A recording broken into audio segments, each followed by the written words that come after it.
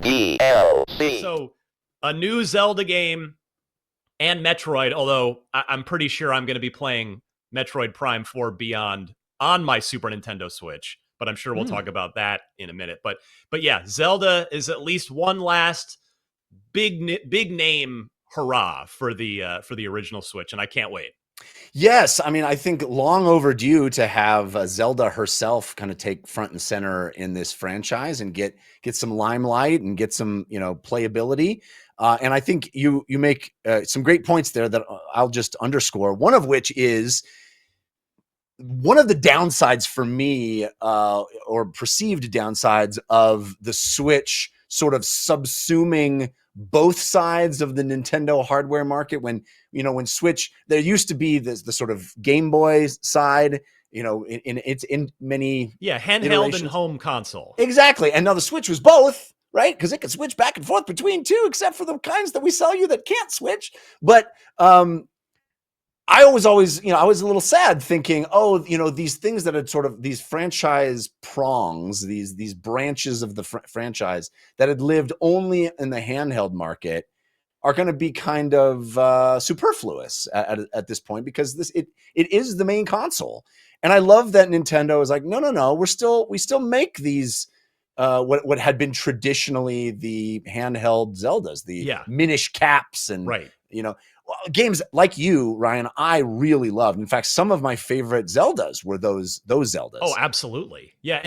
And we're at the point too where Nintendo really has to play it this way, because Nintendo, even with their special Nintendo magic that they've retained all these decades, the reality is it's still taking longer than ever to make the big AAA, genre, advance the genre, push it forward 3D games like a Breath of the Wild, like a Tears of the Kingdom, like a Super Mario Odyssey.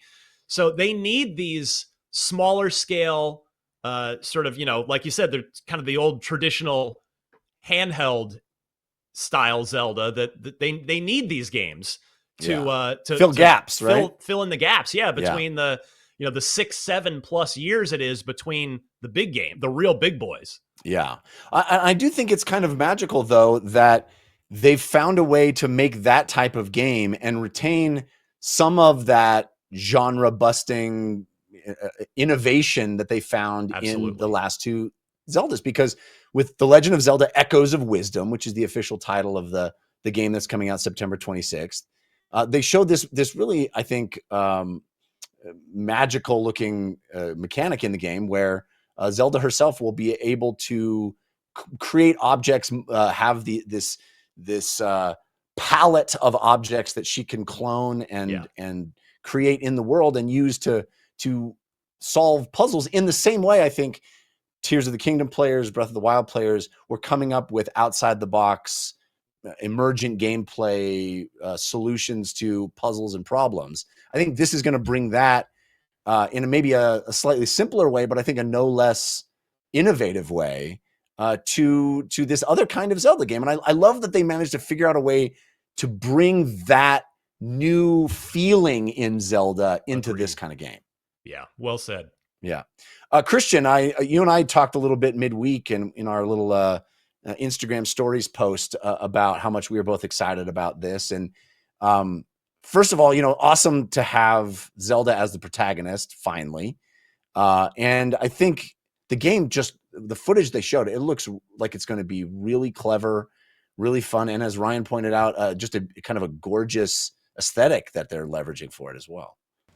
And September, as Ryan already mentioned, I think it's important to reiterate, September is soon. It is going to be here before we know it. And I think a lot of us were wondering what the back half of Nintendo's year is or what it's going to be. And this is a big game.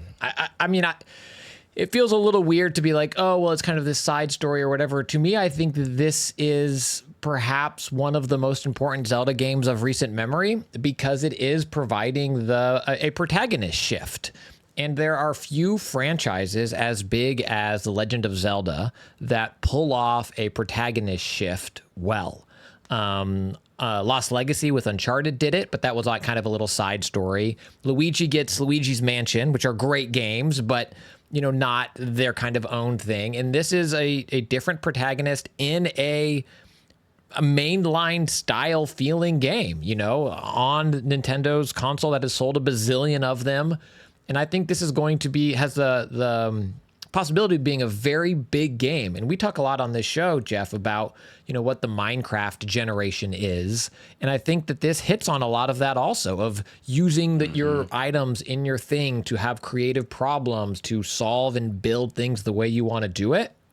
So I am with both of you. I am super high on this game, and I'm finally going to buy a Switch for it. I think this is well, it's interesting too. You bring you bring up the notion of this protagonist shift, and it's interesting that it's the same year that we got the Princess Peach Showtime game, right? Yeah. Like it seems like Nintendo has made a conscious effort to have these female protagonists, which bravo to them, long overdue. But these are great characters, beloved characters, Princess Peach and Princess Zelda, both of whom are given some really interesting things to do in their own games and are not just, Pac-Man with a bow in its hair.